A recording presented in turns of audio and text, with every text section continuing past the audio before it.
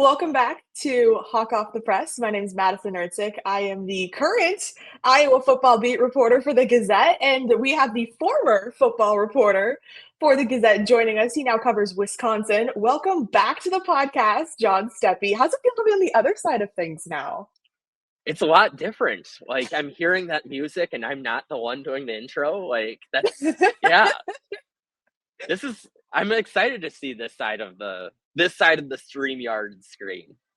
There you go. Exactly. Well, and you're live from Chicago too, at Big Ten basketball media days as well. So all the things are happening for you at the moment. You've since you started out in Milwaukee, but welcome back. We get to talk Iowa football. It feels like it's probably only been like 3 weeks since the last time you talked about Iowa.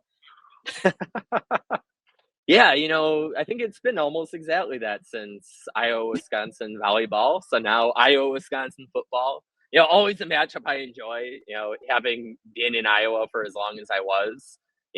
This was a matchup that I had circled on my calendar, regardless of all the interesting football matchup things. This is a fun one for sure for me to cover this weekend. Yeah, and it's very quickly become a very interesting, very difficult to predict matchup. And I think that's what you and I will probably spend a lot of time talking about today. And so we'll jump right into it. But I'm curious to hear some of your thoughts on Wisconsin's game at Michigan last weekend. What did you see? The Badgers had a halftime lead against the Wolverines on the road, which is not an easy thing to do at the Loud House. So I'm just curious, based off of initial impressions, I know a lot of fans were kind of like, "Oh, that might be a blowout." But what did you see out of that Wisconsin-Michigan game?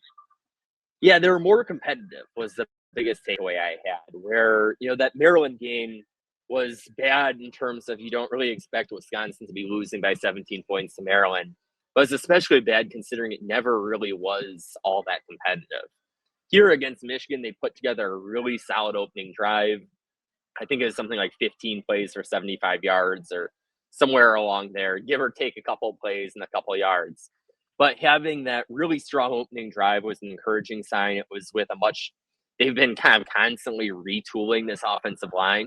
And this latest iteration had that really strong first drive with Davis Heinsohn at center.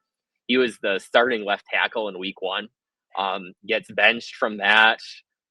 They've gone through some injury issues at center with Jake Renfro being out, which if you would have told me, or if you have asked me in fall camp, okay, who's the one guy that you really don't want to get hurt on the offense outside of the quarterback position? Because that's the obvious answer, as we both have known from this season. I would have said Jake Renfro at center because they didn't have a lot of depth there. They're having snapping issues with some of their second and third team centers. But they lose Renfro. They eventually decide to move Davis Heinsohn over. That worked out well in that first drive. And then the offense really wasn't the same since. So this was a team where defense really kept them in it for as long as they did before Michigan just broke away in the third quarter. It was, it wasn't really a game anymore after, a certain point in that third quarter. Is quite clear that Michigan was going to run away with it. But there is a competitive first half, so that was an improvement. But still, we're talking in relative terms here for a team that, again, lost by 17 points to Maryland before the bye week, and it wasn't necessarily as close as it looked on the scoreboard either. They had that one touchdown at the end as basically in garbage time, which is why it was 27-10 instead of 27-3. So you look at it, and Hunter Simmons at quarterback was interesting with that Michigan game. I think that pretty much surprised everybody. So he was a Southern Illinois transfer, somebody that was kind of another guy to compete in the quarterback room, but I think pretty much everybody felt pretty strongly out of fall camp that Billy Edwards, obviously injured, but he would be your number one quarterback. And you would have said pretty confidently that Danny O'Neal was winning that backup quarterback competition in fall camp. But Danny O'Neal has had some struggles, a San Diego State transfer, second-year guy, started right away for the Aztecs last year. So he's had some struggles. So they're on to their third-string quarterback. Luke Fickell did not give an update on Edwards' health, but if Edwards is not available, he suggested that Simmons would be the guy again, that he's getting more opportunities again this week. Danny O'Neill's still getting opportunities, and that's another interesting thing too that we've seen is he hasn't been afraid to play two different quarterbacks in the same game or even the same drive. So we'll see what exactly that quarterback usage looks like this week against Iowa. Yeah, it's very interesting seeing both teams balance quarterback issues of their own right now with Mark Gronowski's status for the Hawkeyes still kind of being a little TBD. It does, the way Ferentz made it sound during his weekly press conference on Tuesday was that it's not long term. He's been able to practice since Monday. He was medically cleared to practice on Monday. It's a matter of, is he going to be confident? Ferentz mentioned part of the reason that Gronowski didn't go back into the game against Indiana was that Gronowski didn't feel like he could decelerate, which when you think about it, that seems like a very like common thing to be like, yeah, no, that makes sense. But then you think about it in game too, when your adrenaline's that high, you're like, wait, no, if you can't slow down, that actually makes a lot of sense why that would be a problem. But he didn't participate in any bye week practices. Meanwhile, you had Hank Brown and Jeremy Hecklinski taking both of those snaps, and they took a lot of snaps at quarterback during the bye week. Tim Lester said just on Tuesday alone last week, they ran, I think he said about 56 plays. It was well over 50 plays in that practice. So you're looking at 25 to 28 snaps per player in a practice period. That's a lot. And I don't think that Iowa's doing that unless they have to prepare their two backup quarterbacks. And it makes this whole thing very interesting because now both teams, both offensively and defensively, are having to prepare for a very big question mark on who is actually going to be throwing and handing off the ball.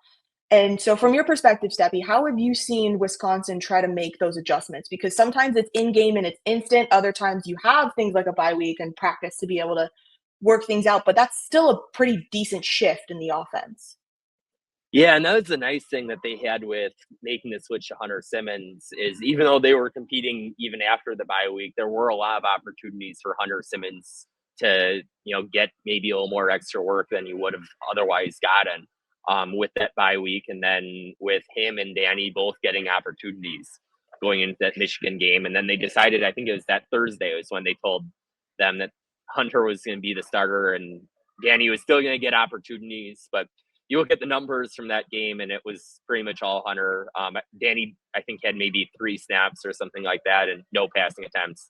So, a good time of year if you're going to make that change. And, that's what Iowa is now kind of running into a week later.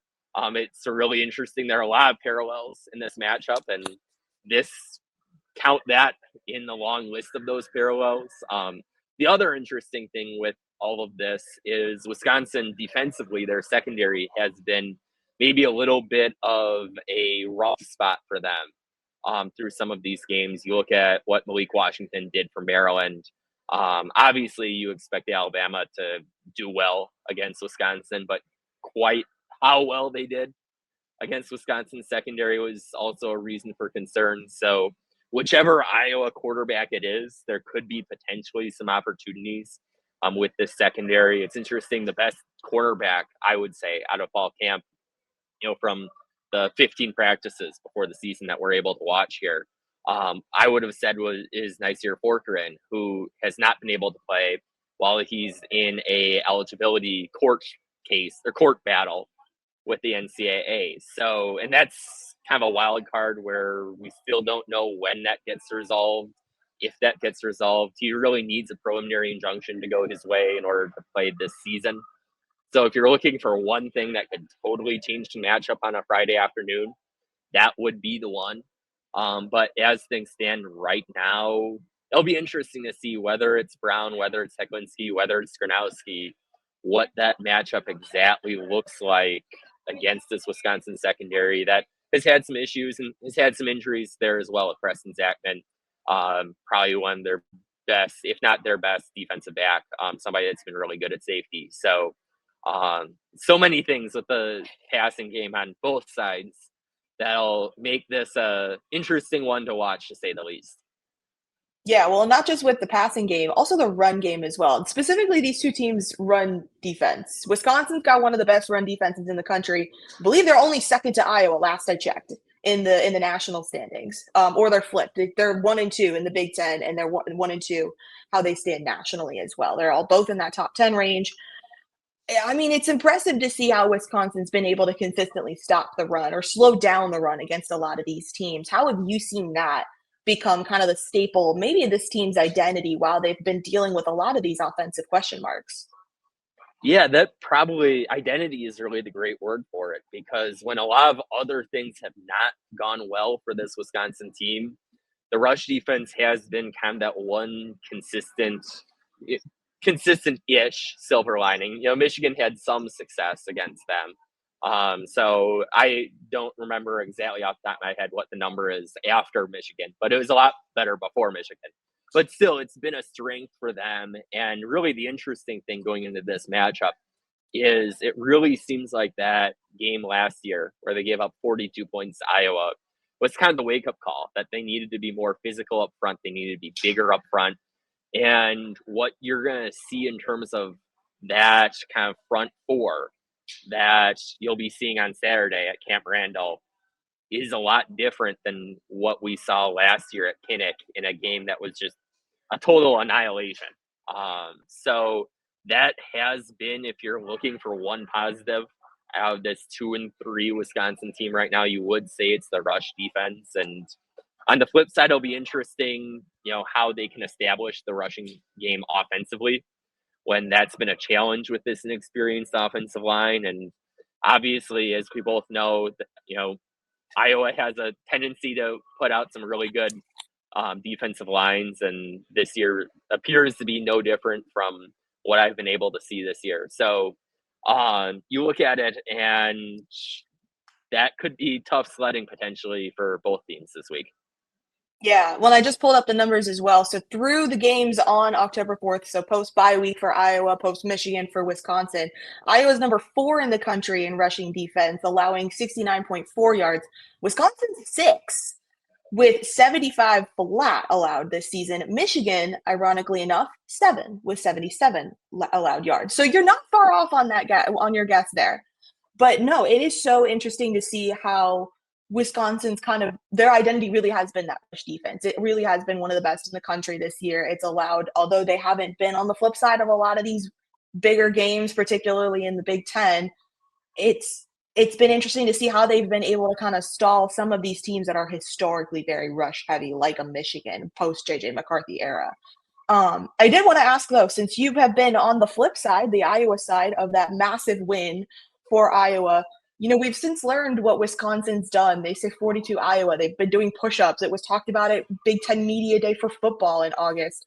How have you seen this Wisconsin team really kind of get excited, get amped up, and understand the gravity and how much they want to avenge that loss that happened in Kinnick last season? Yeah, the Iowa 42 is a really big deal in spring ball, as I've been told, since I was obviously on the Iowa beat at that point. So I was on your side of the screen at that point.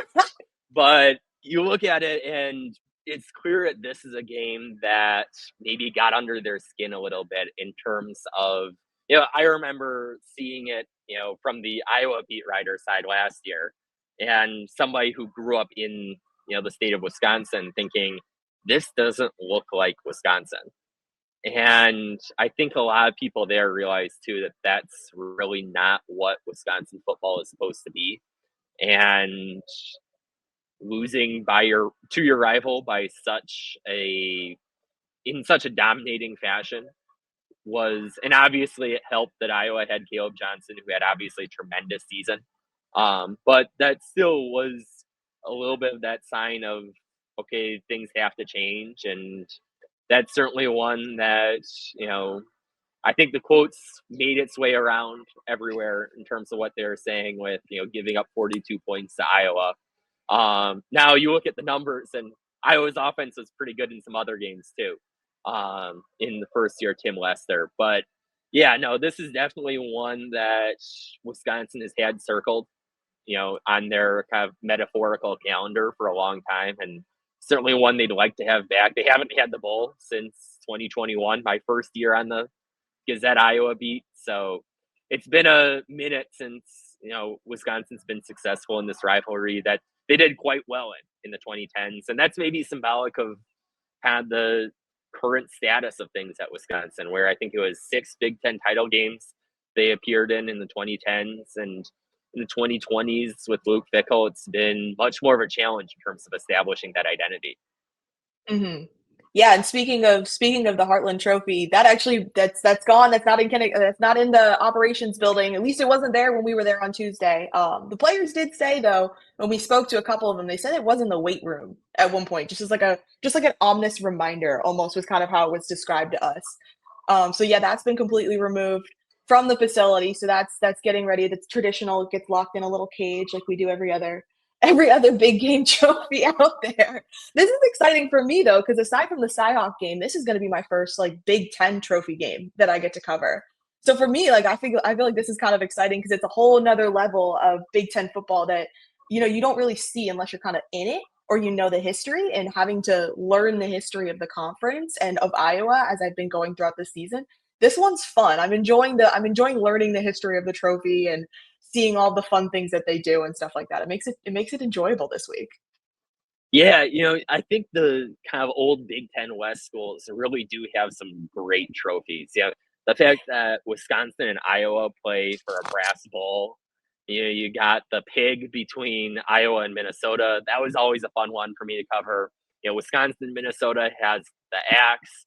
So you look at that kind of that triangle of rivals there in the upper Midwest. And it really is some great tradition kind of all around with some of these games, a lot of fun to cover. Um, obviously you're going to have one team being quite happy to, hoist that trophy in the corner of Camp Randall. And yeah, so those have always been ones that I've enjoyed covering. This one, especially for me personally, currently covering one team and formerly covering another team. Um, it might be one of the few games where I feel like I have more knowledge of the opposing team than the current team that I'm covering. So on a lot of levels, for fans, for media, this is certainly a lot of fun to cover. Yeah, I had a little bit of that feeling against Indiana, just having the knowledge of Kurt Signetti that I had pre-Indiana him and a lot of the players that came up from James Madison. So I understand that feeling too. It just makes it fun. But I'm curious, when you look at the grand scheme of the Big Ten, this is something that is jumping out to everybody. You look at the Big Ten standings. Wisconsin hasn't found a way to win a Big Ten game yet. Rutgers hasn't found a way to win a Big Ten game yet. And then you look and you see Penn State also has not won a Big Ten game yet. Being around this conference as much as you have been, what are you seeing out of the scope of this conference at this point? Everyone's played 2 to 3 games at this point in this league. What have you seen that kind of is just making it feel like this conference feels a little different than maybe it would have been about 2 years ago? Yeah, I think when you've added the West Coast schools, you are seeing, and I think it's more than just that. I think the Big Ten has been at a position of strength for a while. And I think it's a reminder of how difficult it is to build a sustained winner. And maybe it's a little easy to take for granted some of the results that Iowa has had consistently. Obviously, an 8-win season sometimes feels better than other times, but there are a lot of programs that have historically been at very high points that right now would really crave 8 wins. I think if you told any Wisconsin fan right now that, like, would you take an 8-win season right now? I think they'd take that in a heartbeat after last year's 5 wins. This year 2-3 with another 7 games to go, and really hard 7 to go to. So I think it's a reminder of A, the strength of the Big Ten, and B, just how hard it is to consistently win. And I think when you look back at, Kurt Ferentz breaking the record that we all knew was going to happen. I was doing the math last year, kind of in November. Okay. Well, even before November. Okay. How many more, which game is it going to be next year? Um, but, I think that puts that record in perspective when, you surpass 205 wins in this conference. That's going to be a really hard record to break, because you're seeing even somebody like James Franklin that is probably considered in that upper tier of college coaches, having the issues that he's been having this year. It's hard to win. Not only is it hard to win, it's hard to manage the schedules too. And you kind of touched on it, but Iowa is the start of a gauntlet for Minnesota, not Minnesota, excuse me, for Wisconsin. I have my own schedule flipped for with your schedule right now. But it is the start of an absolute gauntlet. And I mean, Wisconsin's facing the reigning national champions, Ohio State. They're going to have Oregon at one point in the near future. How important is it for this Badgers team, this Badgers fan base, to be able to try and get a win against Iowa, knowing that you've got so many very competitive, very difficult teams, and not only teams, but places. They have to go to a lot of these teams too. And just kind of putting that in perspective as well. Yeah, you look at, and this whole season has really been a gauntlet in terms of they've already gone to Alabama, they've already gone to Michigan. So you look at those venues, and with the 110,000 whatever at the Big House, you look at it, and you're playing already some really tough games. Maryland has turned out to be a better team than anybody has thought, so that even is a harder game than somebody would have said back in August and July.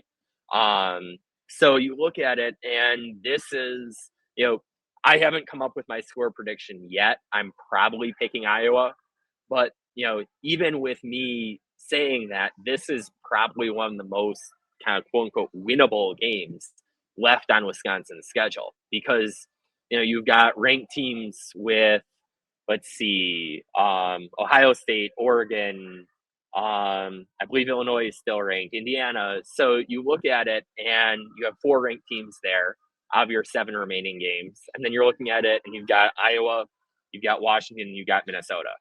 So, and Washington obviously has shown some promise as well. So if you don't win this game, it's a really good question in terms of when that next win comes, because your most winnable game truly on the schedule is Minnesota.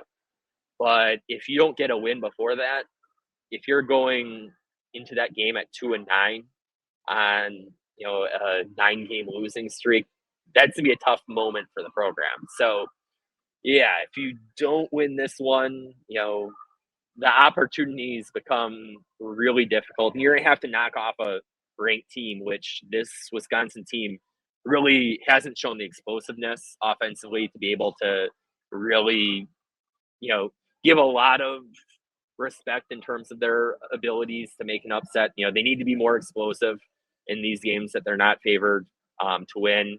I don't think they had any rushes for more than 20 yards, and I don't think they had any more passes for 30 yards against Michigan. And I think they only had 1 against Maryland. And I think that was right away at the beginning. So they need to be more explosive offensively.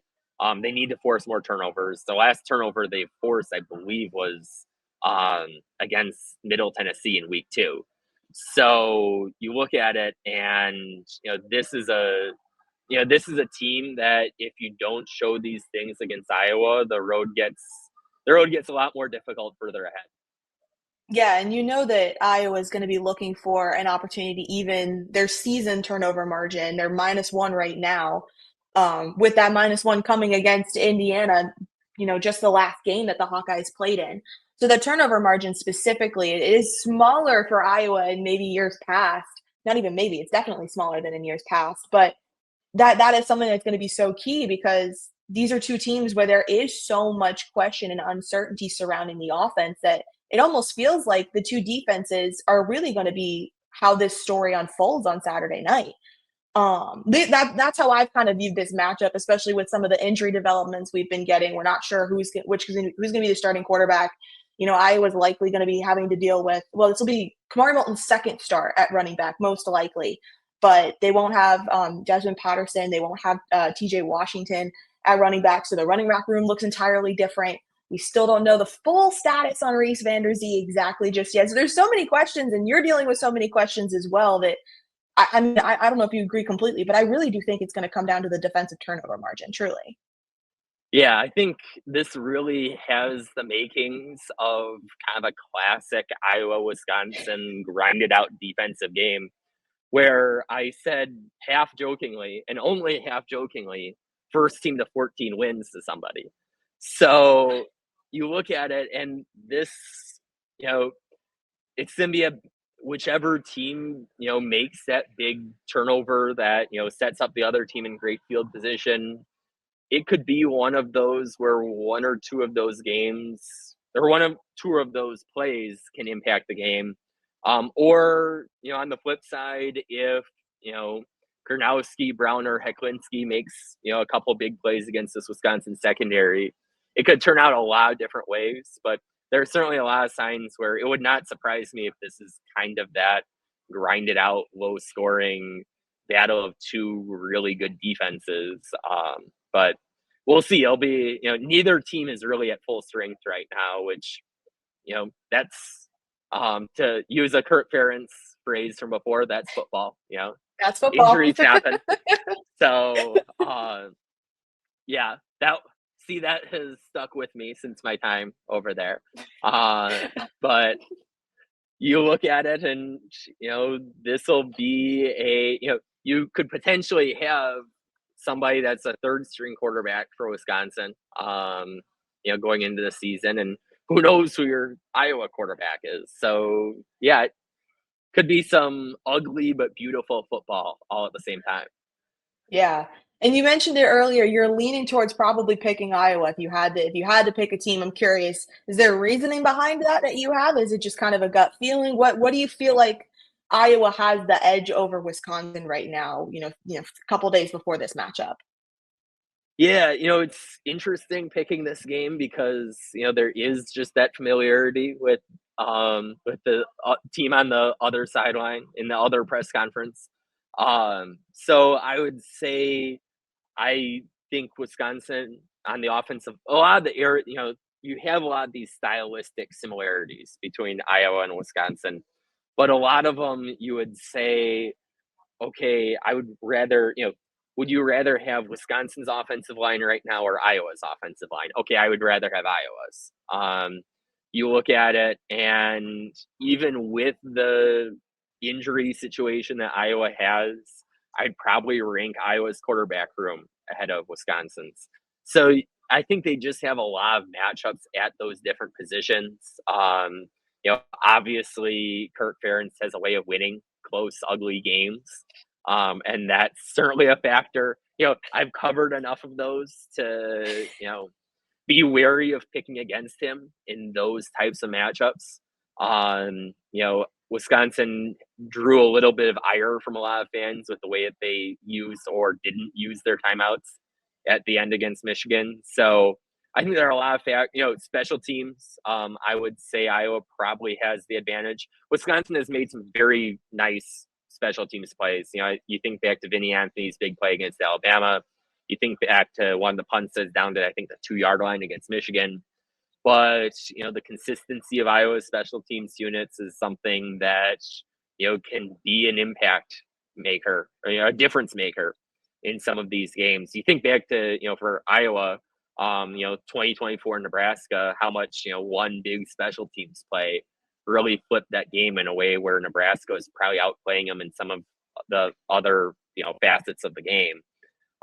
So I think there are a lot of those little things that, maybe don't sound like a huge monumental factor for why I currently think, and I've gotten some slack for this, but, even in the preseason, I saw this as a game that I picked Iowa over Wisconsin for. So I think a lot of those things, they might sound little, but they can really add up. And I think that probably gives Iowa the advantage, but we'll see. This is one that Wisconsin has circled on their calendar. So certainly not, writing off the Badgers by any means. But yeah, right now going with Iowa. Yeah. Not Well, just because I'm on an Iowa podcast. Well, and it's funny you mentioned like the details and everything like that because Iowa's defense has been so adamant on fixing details.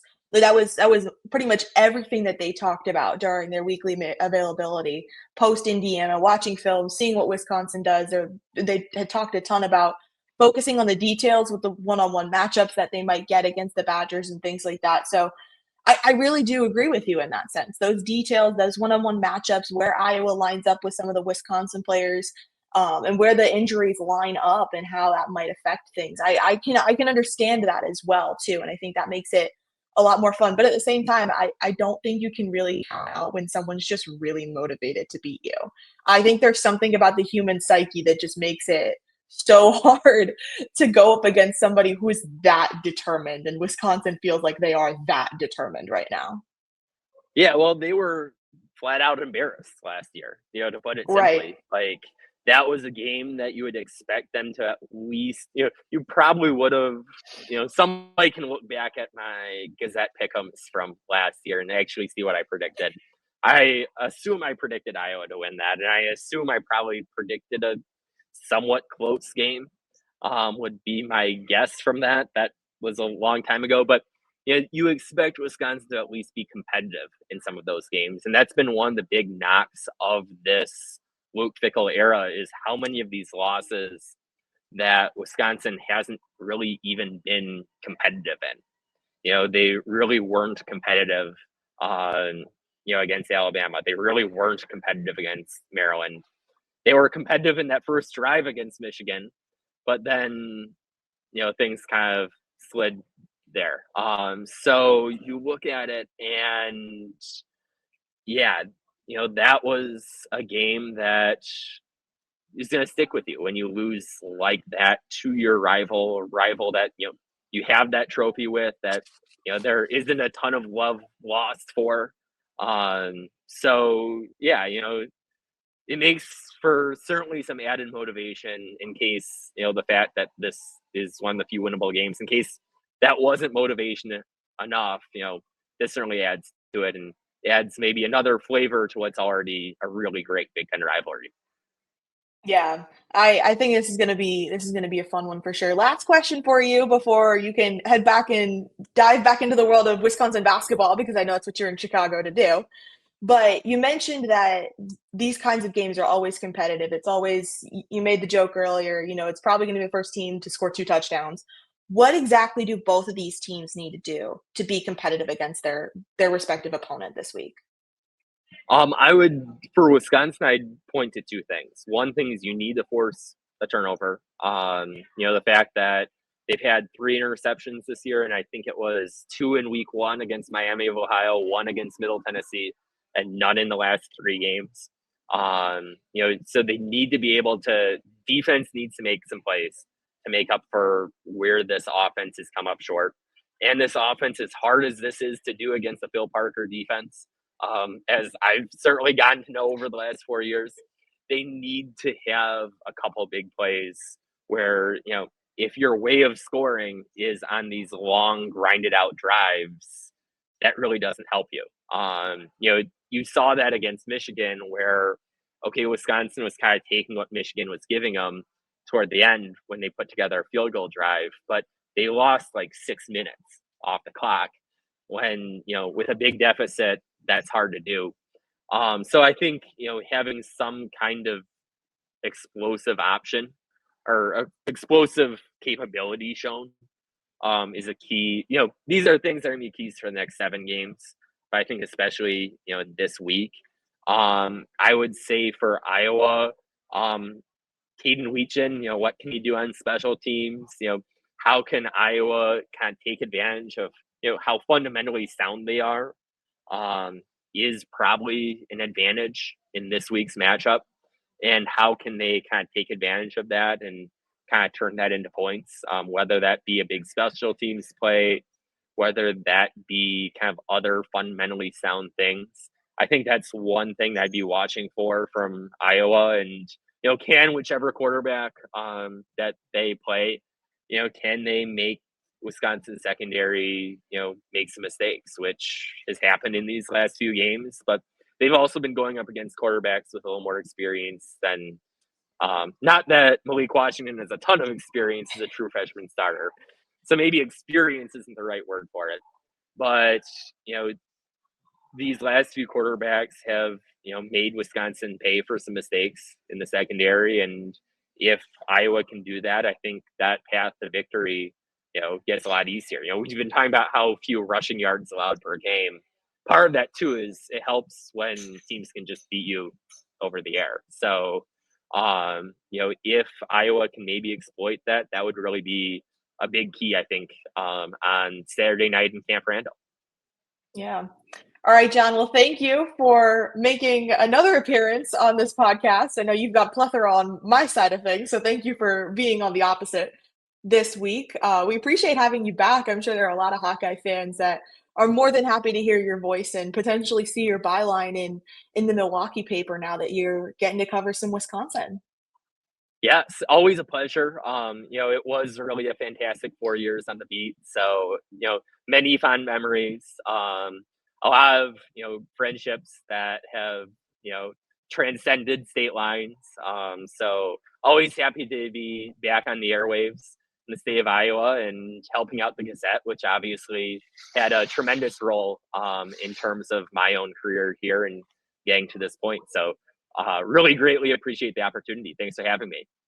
Yeah, thank you so much. And if you guys like this content and want to see more, Hawk Off the Press comes out every single week. And there's also a newsletter that comes out every Friday morning that you can sign up for free. Thank you so much for watching. You guys have a great rest of the day. We'll talk more later.